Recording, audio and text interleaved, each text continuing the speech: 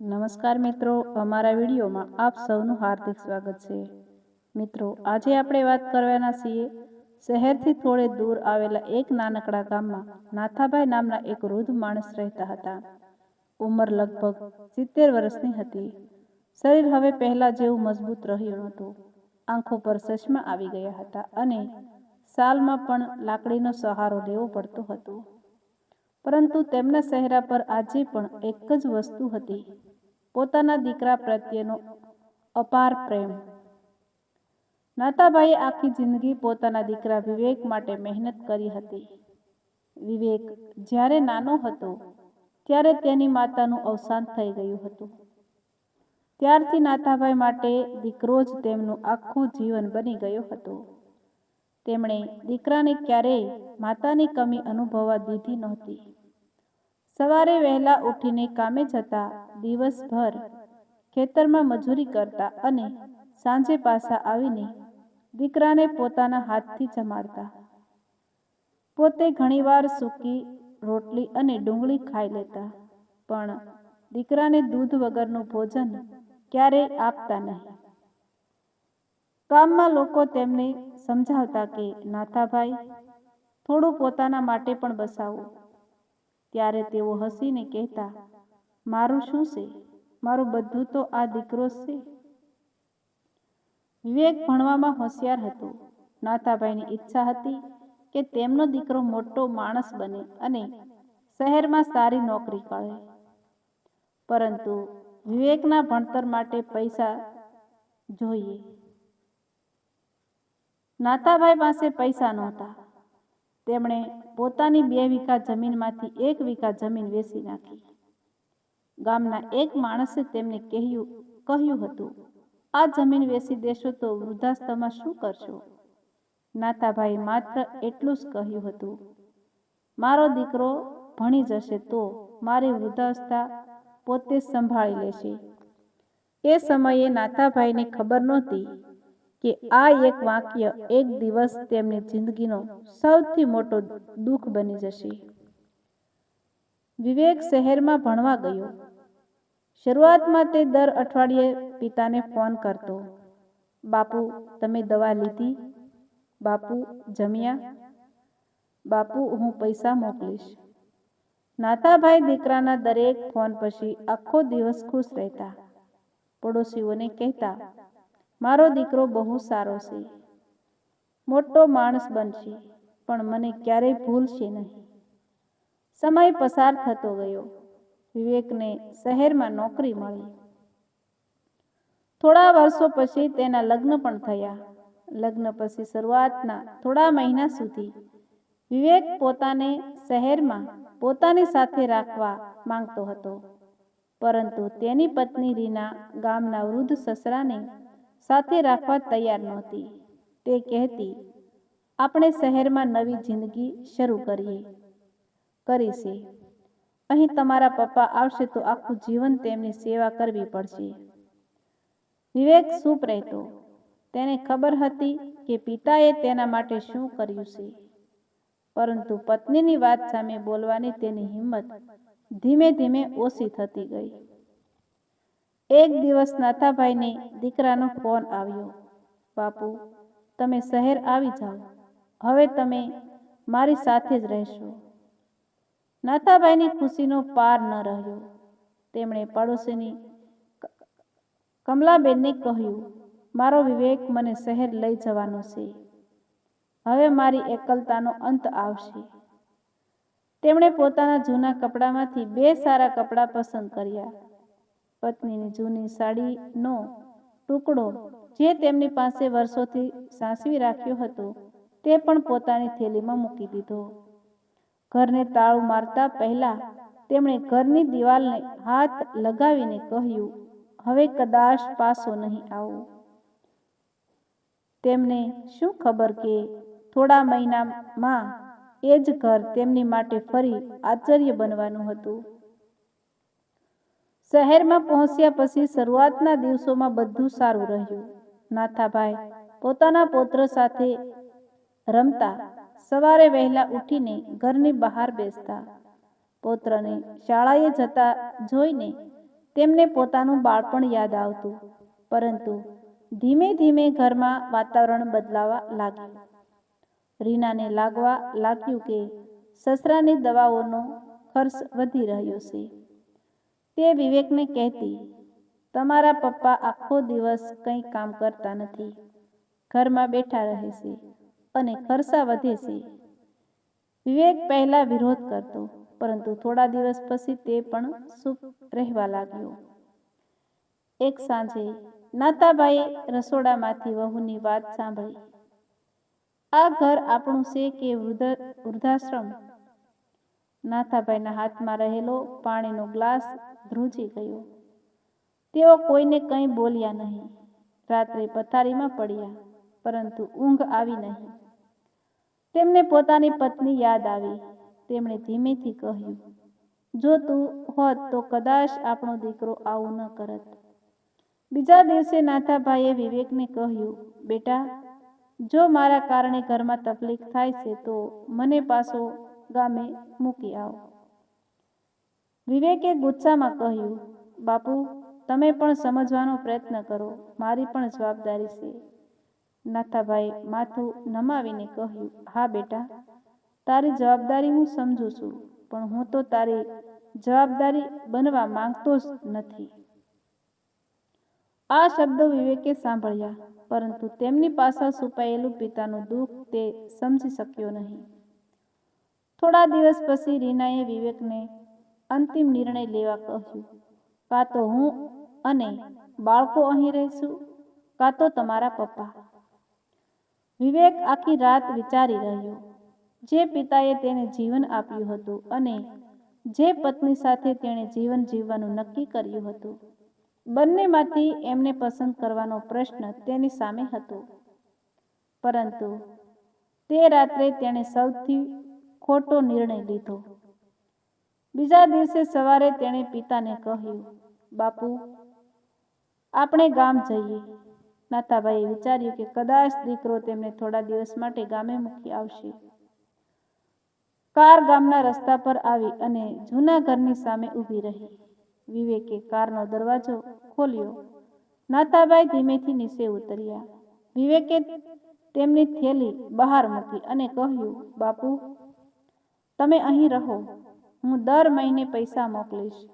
નાથાભાઈએ દીકરાનો હાથ પકડી લીધો. બેટા, પૈસા ન મોકલતો, ક્યારેક આવીને મને મળી જજે.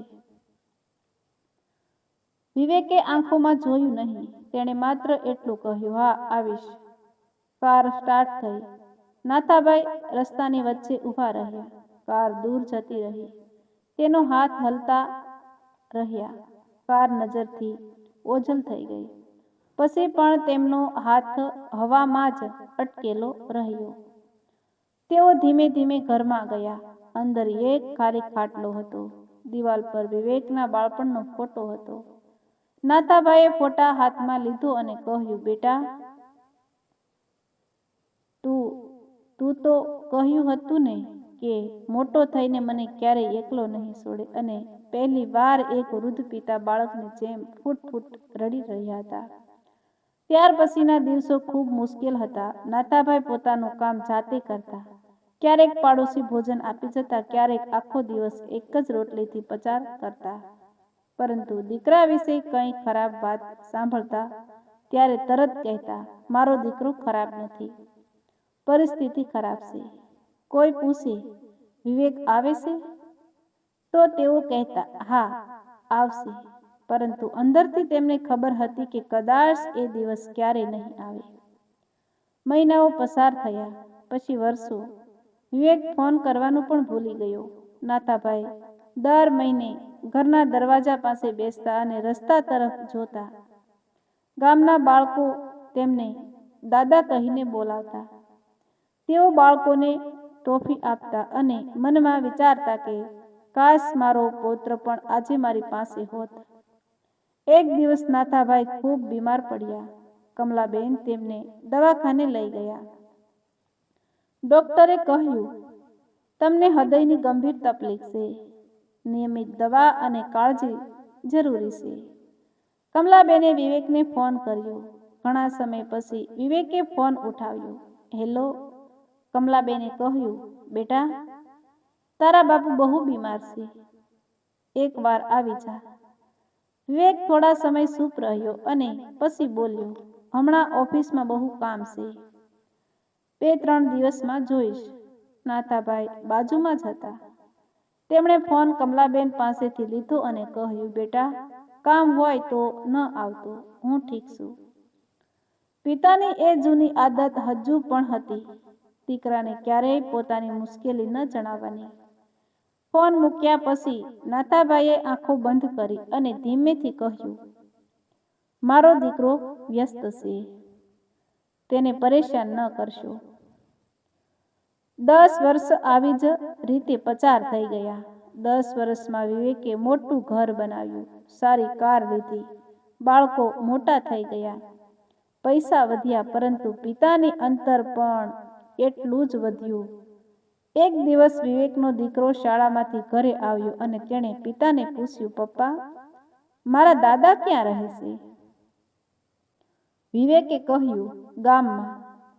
બાળક બોલ્યો, તેમને આપણે અહીં કેમ નથી લાવતા? વિવેક ચૂપ થઈ ગયો. બાળક ફરી બોલ્યો, પપ્પા, તમે તો કહો છો કે પરિવાર એકબીજાની મદદ કરે, તો દાદા એકલા કેમ રહે છે? આ પ્રશ્ને વિવેકના હૃદયમાં 10 વર્ષ જૂનો ઘા ફરી ખોલી નાખ્યો. એ રાત્રે તેણે ઊંઘ ન આવી.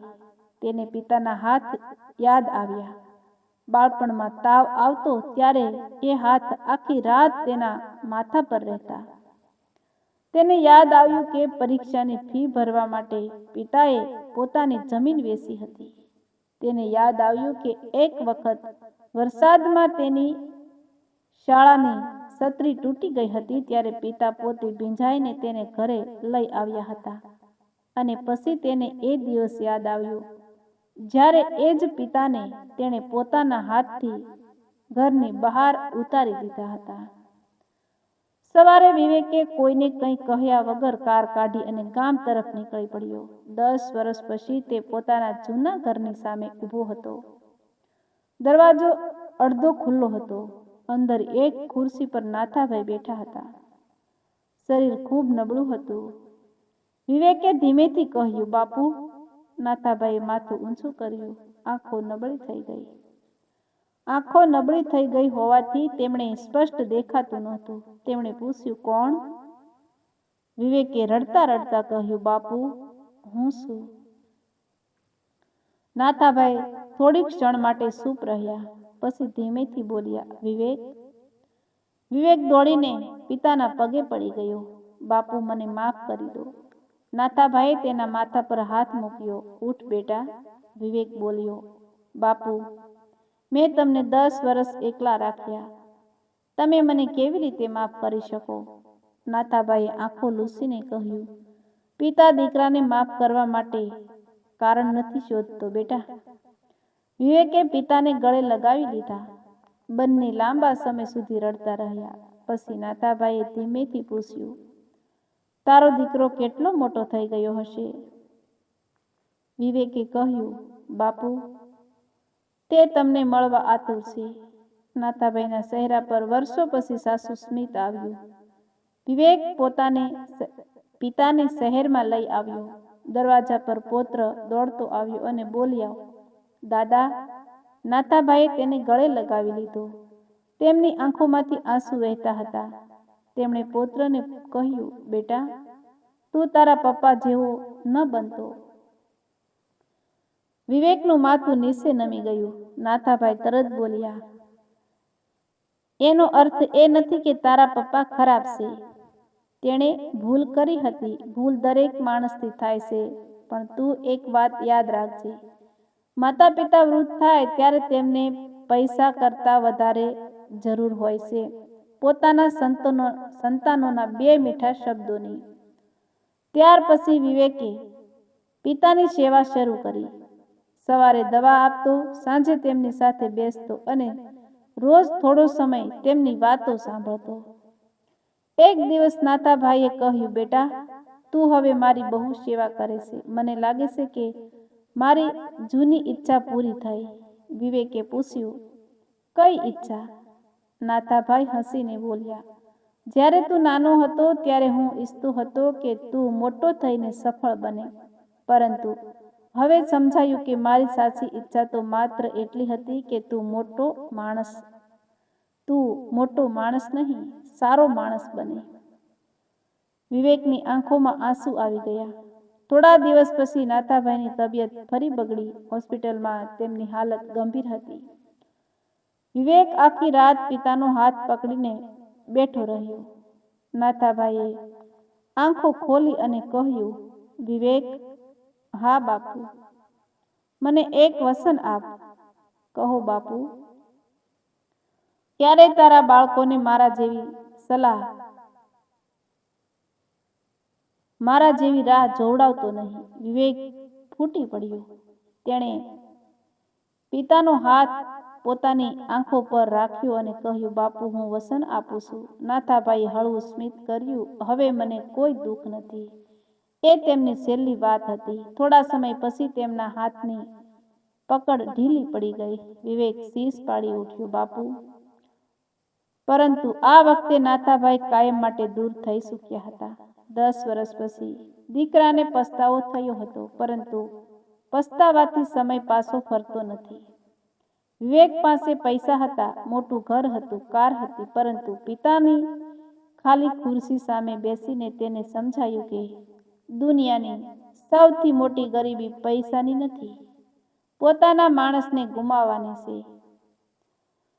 ત્યારથી વિવેક દર વર્ષે પોતાના પિતાની પુણ્યતિથિએ ગામના વૃદ્ધોને ભોજન કરાવતો અને એક વાત હંમેશા કહેતો, મારા પિતાએ મને જીવન આપ્યું, મેં તેમને 10 વર્ષનું એકાંત આપ્યું. ભગવાને મને માફ કરી દીધો હશે, પરંતુ હું મારી જાતને ક્યારેય માફ નહીં કરી શકું.